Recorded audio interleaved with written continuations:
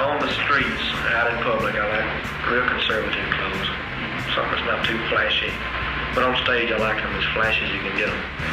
Because on stage, your clothes play a very important part.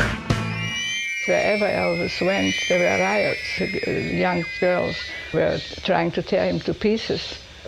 It was out front, in front of the stage, where all the chaos was. Elvis would create it by his movements on stage and his interplay with the audience and all. By 1955, a 20-year-old singer named Elvis Presley is hot in the Deep South. Elvis and his backup band play countless one-nighters, promoting their regional hits in places like Abilene, Texas, Leachville, Arkansas, and the Shreveport, Louisiana hayride. They were splitting the money. Scotty, Bill, and Elvis. He was getting 50, and they were splitting 50, which was 25 apiece. They were booking like $100 a day, $150 a day. Well, then they had to pay me and the car expenditures and the hotels and all that out of theirs. And we were driving all over to get that little old money. It's good, the people like it. As far as rock and roll goes, I really like it. I enjoy doing it, and the people have really accepted it great, and it just makes me want to knock myself out to keep giving them something to enjoy. On June 27th, Elvis arrives in the Gulf Coast city of Biloxi, Mississippi for 3 performances. In the audience the first night is 17-year-old Glenda Manduffy. The next day, Glenda calls her best friend June Wanico. Glenda is going to see Elvis again, and she wants June to come with her. I didn't even know who Elvis Presley was. And she called me and he was appearing at the Airmen's Club at Keesler Air Force Base in Biloxi. So she called. I already had a date. She said, I'll help cancel your date. He was just the best looking thing I had ever seen in my life. He really was. And so he took a break from playing. He only knew about, 7 or 8 songs. Glenda, my girlfriend, said, let's go over and talk to him. And I said, no, you can go over and talk to him if you want to, Glenda. I'm not going to go talk to him. And she said, well, let's go to the ladies' room. And so we had to pass right by Elvis. And she said, on the way back, let's stop and talk to him. And I don't know why I was playing hard to get or whatever, because we had made eye contact a few times while he was singing. And as we were passing by, he reached through the crowd and grabbed me by the arm. And he said, where are you going? You're not leaving, are you? And I said, no, I'm going back to my table. And I was really nervous then. He said, well, when I get through playing, how about you stick around for a little while and show me the town? And I said, Biloxi's a real small town. There's nothing to see in Biloxi. And he says, well, show me what there is. We're both looking out at the water and the moon, and he's kissing me on the back of my neck. And then he turned me to face him, and he said, why are you trembling? Silly question. I was trembling with excitement, you know. And I didn't even kiss anyone on the first date. But he was a marvelous kisser. Elvis had real soft, full lips. June gets home at dawn after a night of kissing and talking. She's never been out that late before. As she falls asleep, she wonders if she'll ever see Elvis Presley again. It's May 1956. June is working as a car hop and in a beauty salon. Her one night with Elvis is just a fading memory. She can't miss the fact, however, that the handsome singer she met at the airbase just a year before is now quite famous.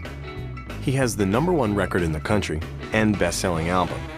He's already made several network television appearances and even landed a movie deal.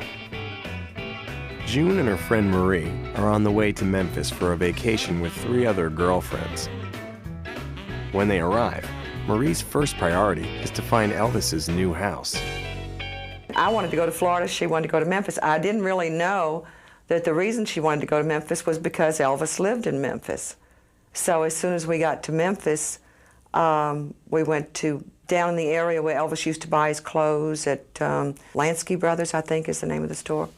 And Marie asked one of the salesmen there what was Elvis's address. He gave her directions, and he said, I'm sure Elvis wouldn't mind you going by to see his house because he's not in town. Elvis had recently moved himself and his parents into their first real home in a middle-class Memphis neighborhood. So we drove over to Audubon Drive, parked out in the front, and there was heavy-duty construction equipment parked in the backyard. And we figured he was having a pool put in, and we're still sitting in Marie's car. There's 5 of us girls that went. And we're debating on what kind of swimming pool he's gonna have put in. Guitar-shaped, whatever, you know. So I said, well, I'm gonna go take a look.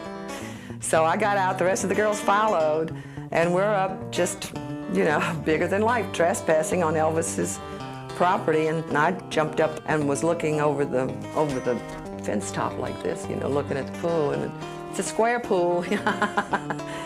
And the pink Cadillac drives in the driveway. And it was Elvis and his mother and father. Elvis's cousin had drowned, and Elvis was called home for the funeral. And he walks straight up to the fence and picks me up by the waist and puts me on the ground. He said, "What are you doing here, June?" And I said, "I'm on vacation with the girls, you know." And he had tried to call me when he came back to Biloxi, and I was never home. He wanted to know where we were going and did we have any plans, and we told him that we were going to see a movie that night. And my friend... They listened to blues records. Gladys Presley shows June how Elvis likes his fried chicken prepared. Elvis gets a long-distance call and asks June if she'd like to fly to Houston with him to pick up his new Cadillac. Gladys asks June how old she is. She doesn't want her son traveling with an underage girl. 18, June replies. It's June's first airplane ride. It's also her first night away from home with a boyfriend. Although booked in separate hotel rooms, they sleep in each other's arms.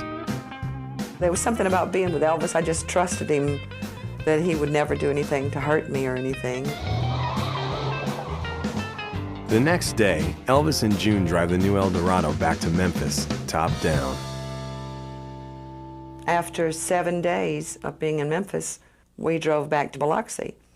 The city of Biloxi knew that I had had this long date in Memphis with Elvis. The daily newspaper, the Daily Herald, did an interview with me after we went to Memphis. Total strangers wanted to rip my eyes out. You know, you think you're really something, and you're not. You know, you're trash and all this kind of stuff. But you just overlook stuff like that. Elvis had said that he had a vacation coming up and he was going to come and spend it in Biloxi. And so sure enough, the first part of June, Elvis arrived in Biloxi. We had stayed in touch by phone, and I didn't really know when he was coming in. And he told my mother, he said, "Well, tell June I'm sorry I missed her, but I'm on my way to Florida where I can get some peace and quiet." So me and my girlfriend jump in her car, parked on a hillside that we could see all the traffic leaving Biloxi, so I could stop him. We sat there for a good 2 hours, no sign of Elvis. So when I get back home again, my mother is just frantic. She said, "Elvis has called here half a dozen times, wanting to know where you are." And I said, "Well, I've been trying to stop him from leaving town." Elvis tells the press he's heading for Florida, but his plan is to stay in Biloxi and spend time with June. Still, he can't get away from fans or reporters. That evening, Elvis and June are reunited at Coco's restaurant. Over dinner, Elvis relates his dilemma to June's mother's boyfriend, Eddie Bellman. Well, when I first met him, he had to leave the motel down here in Biloxi because of the fact that people found out he was there, and they kept coming by and banging on his door and everything. He was registered at the Sun and Sand Hotel under the name of Arthur Hooten, one of his buddies' names. That's a real name, Arthur Hooten. Rarely traveling alone, Elvis has come to Biloxi with Arthur, whose mother once worked with Elvis's mom. Red West, who it's said became Elvis's friend because he once stopped high school football players from giving Elvis a haircut in the locker room. And Elvis's cousin Gene Smith, who seems to just go where Elvis goes. So I said, "Elvis, I got a couple of houses, and I said, I can let you have one of them. If you and your friends want to stay there, you can come to the house and stay." I said, "It's already furnished and all." And he said, "I think that would be nice." And I took him in my car so people wouldn't recognize that Cadillac of his. Meanwhile, the press and the general public and everyone had figured out that he was there. The first thing you know, the crowd was all around the house, aggravating him. Come on out, Elvis, and give us your signature. Come on out and sing for us. He had no privacy there. He was trying to get a little rest and take a nap, and he just couldn't. So he said, Eddie, he said, I guess I'm going to have to go somewhere else. He rented a family-owned house, the Hack, H-A-C-K. So he leased the house for the summer, the Hack House. The luxury home is located a few miles outside of Biloxi in an upscale resort complex known as the Gulf Hills Dude Ranch. The reason Elvis had so much privacy in Gulf Hills was because it was so easy to get lost, and his house was out of the way. And that's where we would come and go from. Well, the rest of June and July. On July 1st, 1956, Elvis appears live on The Steve Allen Show. On the 4th, his concert in Memphis draws 13,000. The following Monday, Elvis is back in Biloxi, looking forward to spending a 3-week vacation with June. At Gulf Hills, Elvis and his entourage are away from fans and the press. June asks her friends Pat and Buddy, both crazy about Elvis, to join the group. In the evening, they all sing songs in the hotel lounge.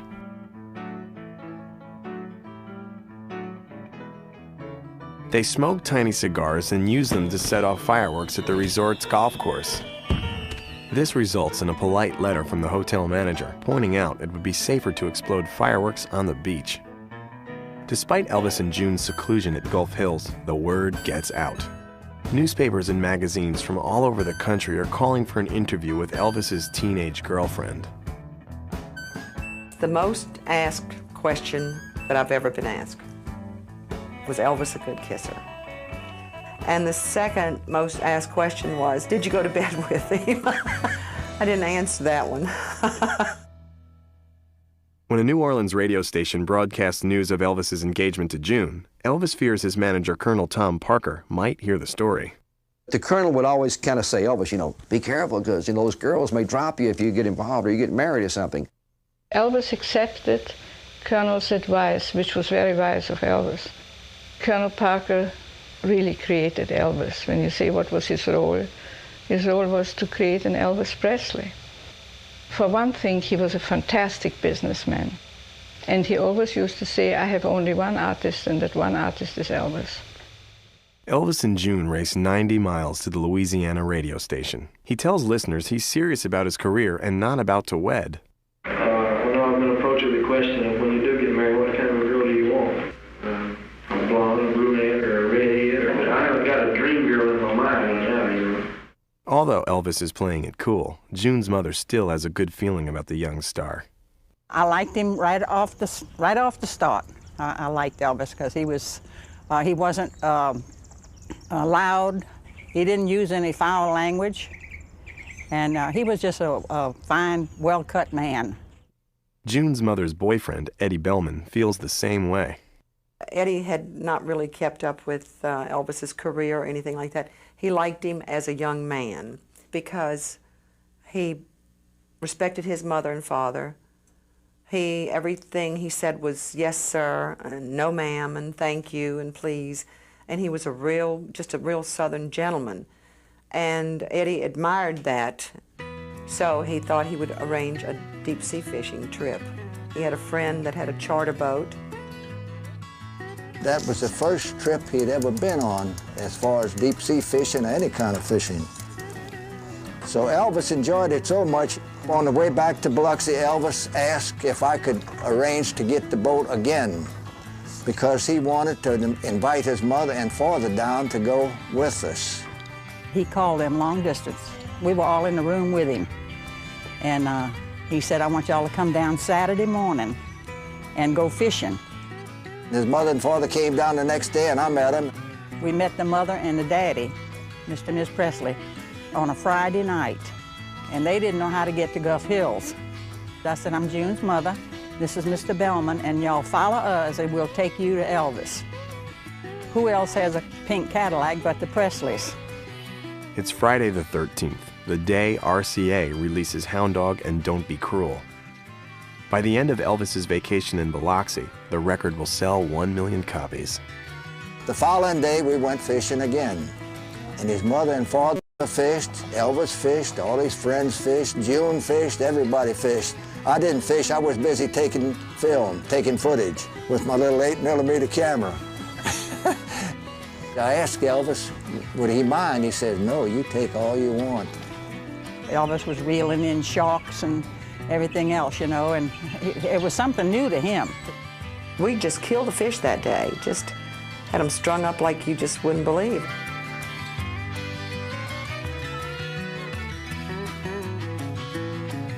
I think Mrs. Presley brought a jar of peanut butter. She brought bananas too. Somehow during the day, she managed to make him a peanut butter and banana sandwich, which we all came to call an Elvis Presley sandwich. His mother was looking after Elvis like he was a young child, and she kept bringing him peanut butter sandwiches while he was fishing. And she was handing it to him and feeding him while he was fishing, and that's a fact. It's on the film, all that's on the film. Before he started eating, she was holding it for him to take bites. Evidently, she wasn't feeding him fast enough or something, so he took it and was eating it. Fishy hands and everything. I brought a bunch of German officers' caps back from Germany with me during World War II, and I gave them to Elvis and all his friends. And Eddie, knowing that we should have had hats on to be out in the hot sun that length of time, brought those hats for us to put on to fish to keep the sun out of our faces. They put on the caps and they started singing on the boat here. I think they sang Hound Dog and Don't Be Cruel, and that's two I remember. That stick is a boom on top of the boat, and it looked like a giant microphone. He was just standing up there and he saw this big thing, and he went behind it and started pretending he was singing into this tall microphone. And it wasn't, it was just the boom on the boat. It was funny. Elvis was funny. Elvis and June don't care much about their lack of privacy. Could life get any better? I'm making a 5-minute appearance at my shoe department. I had a ladies' shoe department and a ladies' wear store. I had a leased shoe department. And he said, sure, Eddie, I'll be glad to come by. So people started pouring in down here from all directions. They had the whole police department out there directing traffic, and they had to let them in and shift. And they liked to tore the man's store up, but he didn't mind that. He got so much good publicity, he didn't mind that at all. The man that owned the store that I leased the department from, he said, let's give Elvis a present. I said, that's not necessary. I said, he's doing this because I took him on a couple of fishing trips. And I said, he's not expecting it. He said, let's give him something anyway. I said, well, if you want to give him something, I said, let's give him a shotgun. So I went up to a sporting goods store. I got a 410 gauge Winchester pump. Fine little gun. And we presented that to Elvis, and boy, he was just as happy as a child eating ice cream, you know. I brought some skeet targets out to Gulf Hills, and he did pretty good. He missed a few, but he hit a little more than he missed. And he let his friends shoot and all that, and we just had a ball. Somebody brought a BB gun up there, and everybody started shooting the BB gun, and he held a cigarette paper in his hand like that to let somebody with the BB gun to shoot the paper out of his hand. He did, that's a fact. And luckily the guy didn't hit his thumb. The days drift by lazily at Gulf Hills. Elvis and June are happy together. They have all the time in the world, it seems, to be with one another. Elvis loves being with this small-town girl and looks for ways to show it.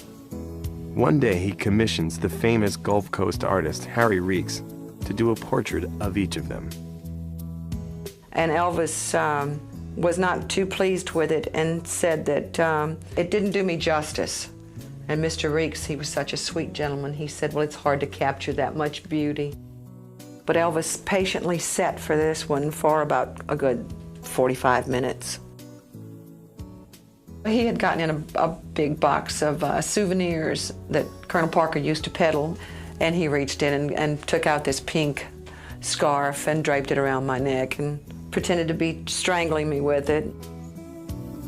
With Elvis and June caught up in such simple pleasures, who would suspect Elvis Presley is on the verge of becoming the most famous entertainer in the world? He was really and truly a young boy. He had a serious side to his nature. I think he took his art seriously, but he didn't take himself seriously. He liked fun, and he liked good times, and he liked people. He just liked to rock and roll. You know, it don't take long to get sunburned out here if you're not accustomed to it. And if you're fair-skinned like he was sort of fair-skinned. He had a shirt on and a life jacket because of that, because he had gotten sunburned. While Elvis water skis, June gets a skiing lesson. When Elvis doesn't see her watching him, he becomes irritated. He was very jealous, very possessive. He wanted me right next to him at all times. We never did really fight. Never did. And if we did have an argument or a disagreement, Elvis would take me away from the crew of friends in someplace private and apologize. The Hack House, the house that he rented for the summer, had a big front lawn that was kind of like a sloping hillside with nice clean cut grass and everything. We were laying out under the stars, and we had taken a sheet from the bed or blanket and laid it out, and passionate kisses. And he said, "I can't get married right away. I promised the Colonel I'd wait at least 3 years." And he said, "Will you wait 3 years for me, June?" And I said, "Sure, I'll wait." Anxious to spend more time with his parents while on vacation, Elvis drives them to New Orleans. June sits in the back with Elvis's mom. Elvis went unrecognized. He had on a silly little hat and sunglasses, and this one little teenage girl tapped him on the shoulder, and he thought, "Oh goodness." And he turned around and she said, "Mister, will you take a picture of us?" And the girls lined up in a line, and Elvis snapped their picture for them. Gladys says she's never seen Elvis taken with a girl as much as June. She kids Elvis that he better not let Colonel Parker know just how much. Too shy to call Mrs. Presley Gladys, June calls her Lovey, from her middle name Love. Gladys affectionately calls June Satnin. Mrs. Presley was admiring the houses. Mr. Presley would rather just watch where he's going than look at anything. She was saying, "Wouldn't that be wonderful to live in a place like that?" And it ended up, 6 months later, Elvis buys Graceland that looked like one of the homes on the beach, like some of those antebellum homes.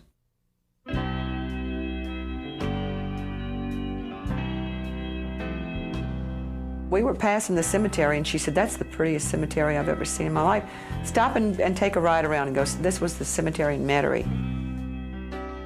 She told Elvis that she said she would like to be, not to be put in the ground. She would like to be put in a tomb like that one of these days. And he just said, "It's time to go get back in the car. We're not going to talk about this. We're not even going to be here." Elvis loved his mother dearly. A lot of Southern guys are like that. When I first went on the road with Elvis, she would tell me, she would say, "George, now, you look after my son. You make sure that he calls home and talks to me, and remind him to call me every night." When he first started, it gave him tremendous pleasure to get her everything that was beautiful. He was very close and very devoted to his mother because she believed in him. It was the most tragic thing in his life when Gladys passed away. He wasn't the same after that. In the middle of his Biloxi vacation, Elvis returns to Memphis saying he has business to take care of. June wonders if it's to see Barbara Hearn, his much-publicized other girlfriend. She doesn't ask. Exhausted, June catches up on sleep. A few days later, Elvis is back, knocking on her door. Elvis spent quite a bit of time at June's mother's house there, you know. When he wasn't over at Gulf Hills, he'd be there. Well, I remember him coming here one day, and a lady called on the phone, and she had a little girl that had leukemia. And the little girl was crazy about Elvis. And she wanted to know if she could bring her by and let Elvis talk to her. And I asked him, and he said, sure, come, tell her to come on up. I'll be glad to see her and talk with her. They came on in the house and met Elvis, and he said, we don't want to be disturbed, and we don't want to be bothered with anybody, because that's mine and Carol's time. And she was thrilled that he spent that much time with her, and it wasn't but about maybe a month or so that she had passed away. But she had got her wish to, you know, to be with Elvis. I had received a copy of The Prophet for a graduation gift. And I had gotten so much out of this book. When you read this, it gives you a different way to look at different things. One night when he brought me home from Gulf Hills, I should say 1 a.m. because it was usually a.m., sometimes as late as 6 a.m. when I'd finally get in. And I ran inside and got him a copy of my copy of The Prophet. And I said, read this. So he just took it from me without saying anything. And when he came back to my house, he had read most of The Prophet. And it brought a calm over him that was just unbelievable. And he said, I love the book. I love the book. Can I keep it? And I said, it's yours. So come to find out, he kept it, a copy, not necessarily my copy, but a copy of The Prophet by his bedside throughout his entire life. Colonel Parker has booked Elvis on a 10-day Florida concert tour in early August. After that, Elvis is to begin filming his first motion picture, Love Me Tender, in Hollywood. Knowing that Elvis will be clear across country in just a few weeks, June begs her mother to let her go on the tour. It takes the persuading of both Elvis and Gladys Presley to convince June's mother to say yes. The night before they leave for Florida, Elvis and June stay together until morning in Elvis's bedroom at Gulf Hills. It's not for lack of desire that June stays a virgin. It's funny because things were different than they are today. You know, you had people with, you know, there were only a few bad girls in the whole school, you know, if you know what I'm talking about. According to June, Elvis is often the one to stop short of going all the way. In an era where premarital sex is less accepted, June believes that Elvis expects to marry a virgin. To make June less conspicuous to Colonel Parker on the Florida trip, Elvis suggests she ride with her friends Pat and Buddy, who are also invited to go along. On tour, Elvis plays back-to-back concerts, all filled to standing room capacity. June, Pat, and Buddy watch Elvis from the wings. It's the first time June has seen Elvis perform since the night they met. She can't help feeling jealous when she sees thousands of screaming girls competing for Elvis's attention. When June asks how he feels about the affection of so many females, he tells her they don't love me. They love the idea of me. With the press and the Colonel lurking in the hotel, June returns to her room each night. Elvis later sneaks down the hall to join her secretly. Much to Colonel Parker's irritation, the press quickly figures out that June is traveling with Elvis.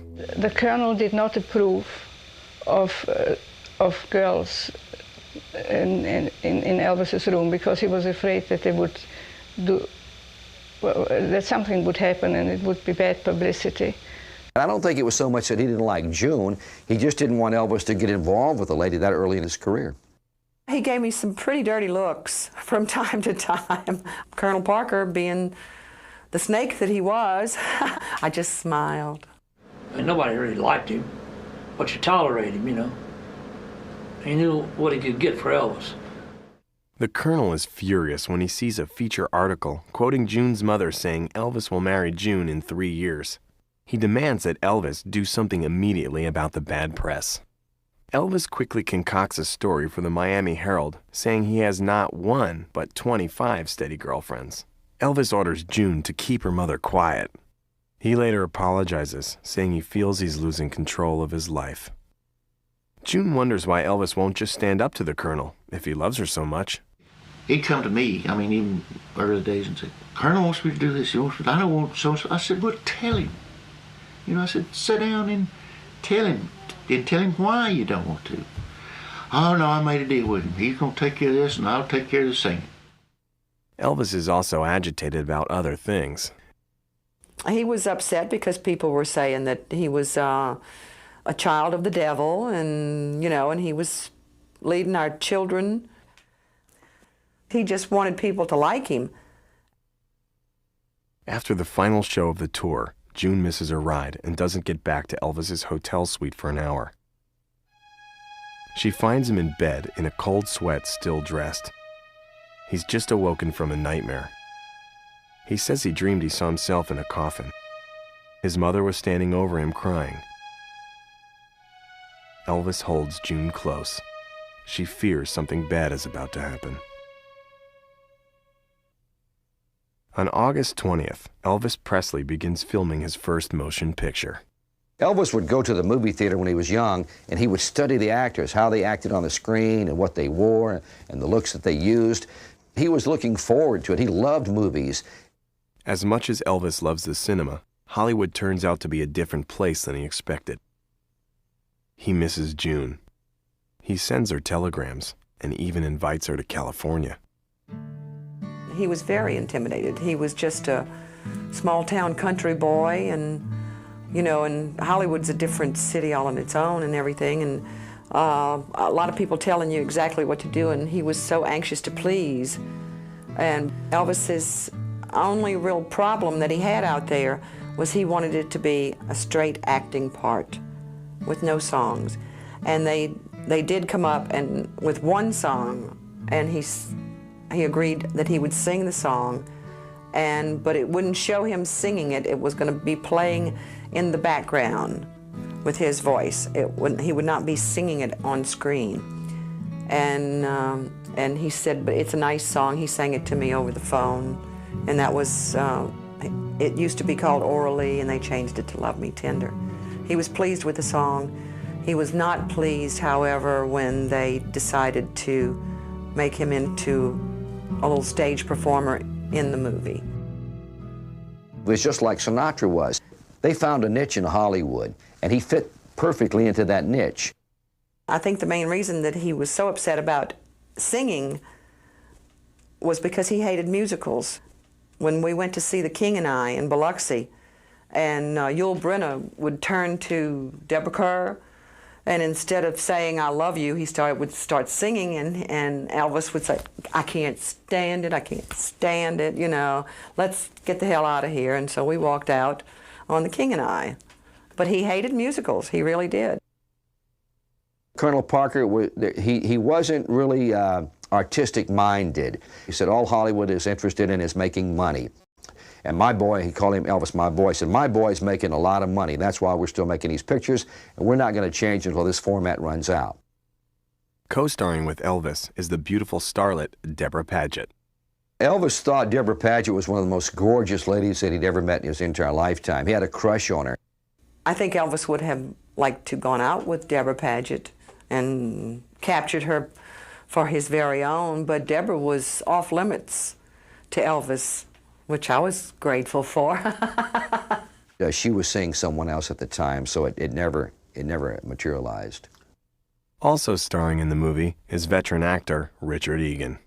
And I had just been crazy about Richard Egan, and he says, how much do you love Richard Egan? And I said, oh, about as much as you love Deborah Paget. Elvis is meeting lots of people in Hollywood, including Nick Adams. The pushy young actor impresses Elvis because of his supporting role in the James Dean film Rebel Without a Cause. Nick introduces Elvis to Dean's co-star, Natalie Wood. He thought Natalie Wood was a fun girl. She was probably the hottest young female actress in Hollywood at the time, and I think that was more of an infatuation with Elvis. 2 weeks into the filming of Love Me Tender, Elvis makes his first appearance on The Ed Sullivan Show. TV Guide marks the occasion by doing a cover story. June and her mother buy a television so they can watch. They are not alone.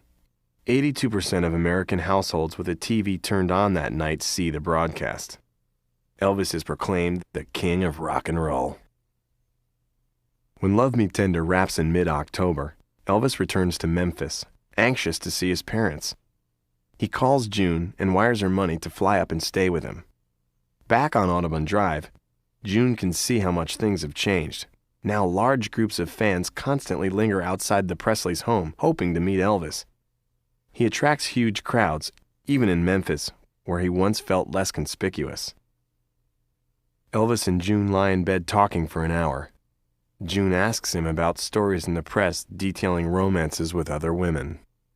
And when I questioned him about it, he said, "Don't believe anything you read in the paper. Everything you read about me is for publicity purposes." Longing for privacy, Elvis stays home. After days of feeling trapped, he and June slip out to a local Memphis theater to see newsreel footage of Elvis's Tupelo homecoming concert. When moviegoers realize Elvis is actually in the building, there is a riot. Surrounded by police, he barely escapes the theater, with June close behind. Elvis tells her that for the first time, he fears for his own life. Nick Adams arrives from Los Angeles. He talks openly in front of June about Natalie Wood's interest in Elvis. In fact, his advice is that Elvis should be seen with other girls. June wonders why Elvis ever invited him. Elvis says Nick more or less invited himself. Yeah, Elvis said he was a lonely little guy. Be nice to him, June. But Nick even made a couple of passes at me. You know, and I said, you better keep your hands. If you want your hands, you better keep them to yourself. Elvis and June ride out to Mud Island to talk. It doesn't seem like the same place it once was. Elvis is clearly distracted by all the new things going on in his life. June knows he loves her, but wonders if she can ever get him back. Elvis wanted me to go and have a studio portrait made. And so I agreed to go have a studio portrait made. And when I got in there, the photographer said, "Did you want one smiling?" And me and my silly wit, I said, "Well, I don't know, crying might be good, you know." And so we did, and premonition of some sort, I don't know, for me to send Elvis a picture of me crying. Elvis entertains Natalie Wood in Memphis. June sees newspaper stories about Natalie's visit. A few days later, Elvis calls June. He tells her the colonel found out about her stay in Memphis. He says they will have to cool it for a while. I can't totally blame Colonel Parker for wrecking our relationship, because Elvis could have said, "I'm not interested, I'm not going to do it." On November the 19th, fans are going wild buying tickets to see Love Me Tender. It's June's 19th birthday. She does not hear from Elvis. Elvis is dating a Las Vegas showgirl. The girl is spending the weekend on Audubon Drive. It didn't really make me jealous. It broke my heart. Elvis didn't need me. He had worlds, you know, the whole world full of girls of his choice. But no, I was not going to take a back seat to anyone. The day after Christmas, the telephone rings. Elvis is calling to say happy holidays. June asks why she hasn't heard from him. I don't know that he tried to call because I had no answer machine on my phone back then.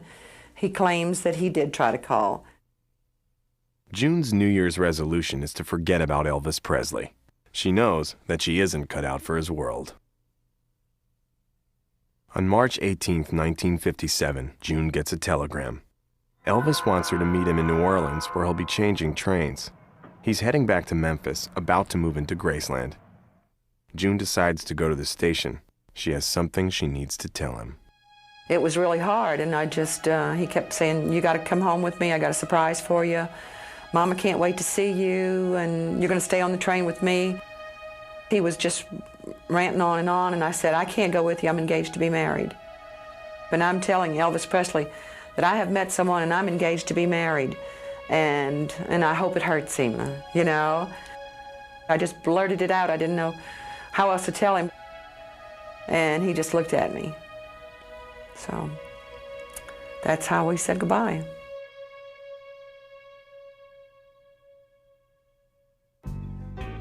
The news of Elvis's death just devastated me. And my husband of 20 years left work and came home to be with me because he heard on the radio, and he knew that I knew already, and he left and came home to be with me. And when he walked in the door, I'm trying to straighten up my face and put a a cold rag on my eyes because I didn't want him to see how bad this had affected me. And he just put his arms around me and he said, "It's okay to cry, hon. I know how close you were to Elvis."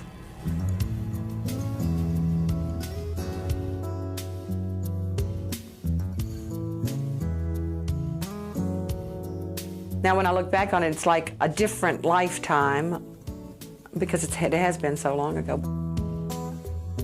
But I was a little stubborn, a little hard-headed, and I was not going to allow anyone to break my heart. And so it's probably a combination of me, Elvis, and Colonel Parker, that ended our relationship. But it was cherished memories.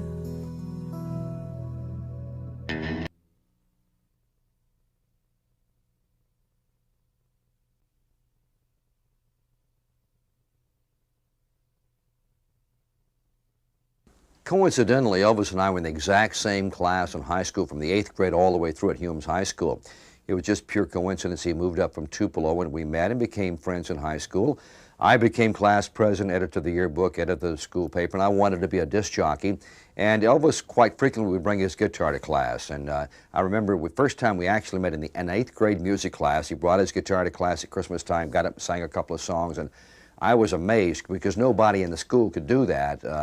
At that time, it wasn't fashionable to bring a guitar to school and sing, and the thing was athletics and things of that nature. Coming down Highway 49 from Memphis to Biloxi was a pretty straight shot, and Elvis never did drive slow. Elvis could probably drive from Memphis, Tennessee, even on two-lane highway. It's not, two-lane highway.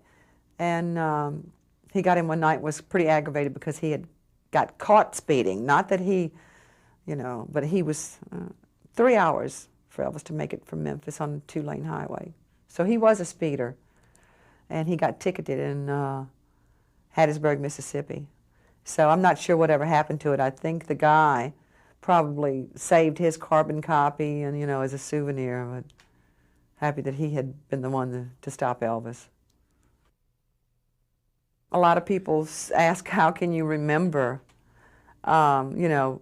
especially details. Some of my friends that have read my book, especially in such detail about the things that happened that long ago, but you always remember things that are special to you.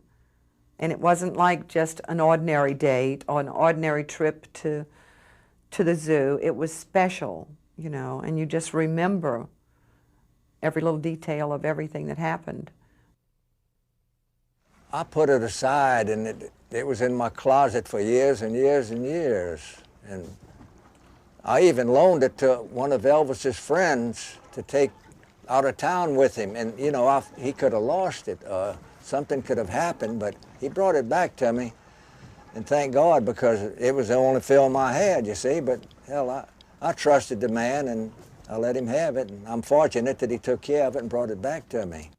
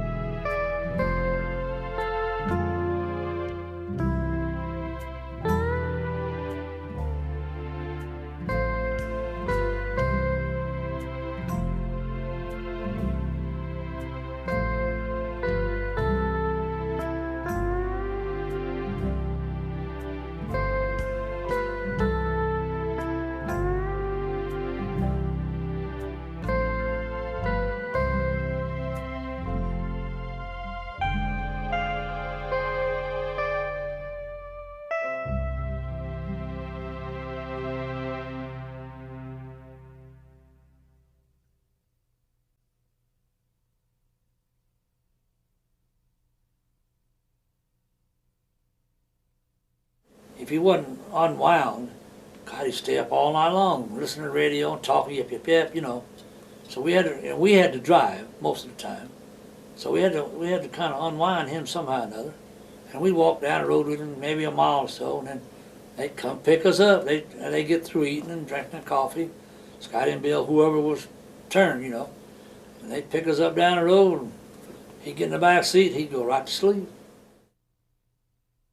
Elvis loved automobiles. He was a car fanatic. He once said he couldn't drive by a showroom or a car lot without stopping and looking. And that all stemmed from the fact that when we were very young, we couldn't afford nice cars. And many times he would tell me that you're sitting on a curb, and he would stand on the corner and watch all the beautiful cars go by and say, one of these days I'm going to own that big car. I'm going to have that beautiful automobile. And that's what that stemmed from. Elvis loved to ride motorcycles, and there again, that stemmed from the fact that he couldn't really afford a big Harley when he was young.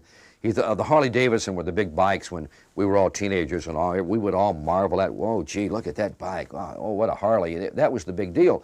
Well, when he became famous and wealthy enough to afford those bikes, he went out and bought them and loved to ride them. It was just developing where the fans were starting to go crazy.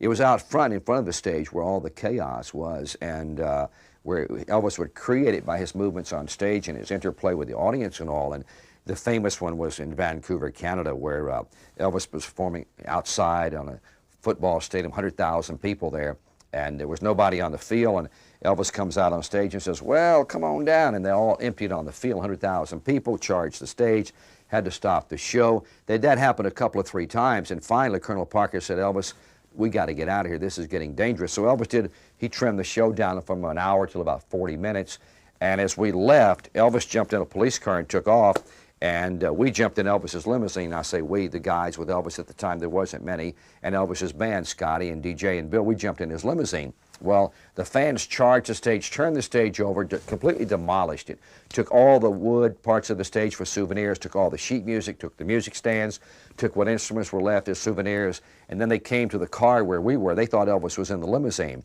but he wasn't. He'd already got away. And they were looking in there, and they said, well, Elvis, and we said, he's not in here. He's not. We're hollering through the window because we had the windows rolled up. And so they took knives, and they went down the side of the car to scrape off paint for souvenirs. They pulled the license plates off. They broke the aerial off. They were about to demolish the car. Then they started rocking the car. So we were in Vancouver, Canada, so I put the window down, and I told one of the police officers, I said, hey, you know, they're going to kill us in here. They're going to tear this car up. Can't y'all do anything? The guy said, hey, man, Presley's got a lot of money. He can buy another one. So at that moment, Scotty Moore was driving. We said, Scotty, hit that gas pedal. Let's get out of here, man. So Scotty hit that gas pedal, and they kind of got out of the way because we were coming through, you know, heck or high water, and Scotty plowed through these people. We got out of there. But it started to get like that all over the country, and but it was fun, and it was interesting, and it was very colorful. We went to see the Tupelo concert footage that was showing, like in the newsreel at the theater, and when we came out, the police came to get Elvis and said that they wanted to, that fans were mobbing the car, and they wanted to make sure Elvis was safe. And they weren't concerned with the car, so they put Elvis in a police car. My friend Pat had gone to the ladies' room. I didn't want to leave her in the ladies' room and find out we're not there. I ran to get her from the ladies' room. We went through, the usher led us through an outside fire escape down to the same police car that's surrounded by screaming fans, and we were helped inside the police car with Elvis. And later on that night, we went and picked up the car that had been, strips of leather upholstery had been cut out of it, just a mess. And on the way home, his mother didn't want us to go because he had had a fight with a service station attendant, and she was afraid that somebody was going to kill her son, or hurt him, and she didn't want him out in public. And I promised her I would take good care of him, make sure nothing. So on the way home, we concocted stories about what we were going to tell Mrs. Presley about what happened to the car, because she would have just really went off the deep end. So Elvis brought the car to Dewey Phillips' house, let it stay until it underwent repairs. And the next morning when the paper came out talking about the car being mobbed and everything, Mr. Presley got the page that article was on and managed to get rid of it out of the paper because they read the paper every morning. So she never did really know anything about that, what happened with the car. Well, I was always glad to see him come up, you know, and of course when he told her to come visit him, in Memphis, well then, we was all excited, you know, waiting for her to leave, you know, to get a flight out and go visit, and he couldn't meet her at the airplane because, I mean, at the airport, because he sent his mother. She went to the airport to pick June up, and she said, Elvis has got a surprise for you. And she said, what is that? She said, he's got a new little donkey, and I know you're dying to see it. We won't elaborate on that. Okay. Of course, when we went to see the rough cut of Love Me Tender, we went in the balcony. And it was, actually it wasn't a balcony, it was a child's crying room where you brought your children when they cried.